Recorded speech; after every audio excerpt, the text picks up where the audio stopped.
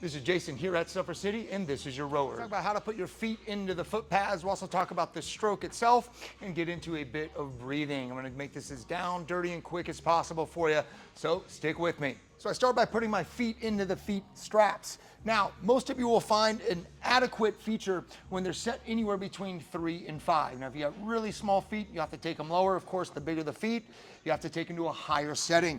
But this shouldn't take you too long. Once you got your feet in the straps, tighten them down, not tourniquet tight, but definitely tight enough to keep your foot in the strap. From here, I'm going to begin in my starting position, which involves my reaching forward.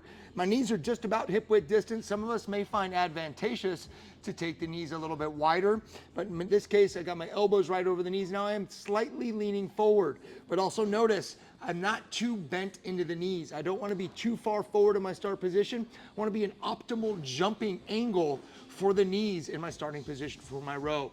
From this position, as I reach, again, I find my catch with my arms. A slight bend in the elbows will happen. That gives me good static tension through the arms. Then I could drive back, aggressively pull through so my elbows come behind the body. The handle comes right to the place of the sternum, just above the abdomen and below the chest.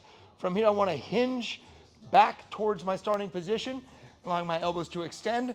As the handle goes beyond the knees, I'm going to let my body come forward. Again, I find the catch, I drive, I pull, I hinge and release. Catch, drive, pull, hinge and release. Catch, drive, pull, hinge and release. A big error we'll see is people not hinging and bringing the handle over the knees first, but instead, before they even get to the end of their row stroke, they're already coming forward, pulling themselves into the handle, then having to put the handle over the knees before they get to the catch. Again, making sure you get a good pull, hinge, release, catch, drive, pull, hinge, and release. You're going to want to ensure that you're breathing effectively, noticing your exhales from row stroke to row stroke, so you can keep a good, constant, continuous rhythm throughout the duration for which you're rowing. This is Jason at Suffer City, and this is your Row Erg.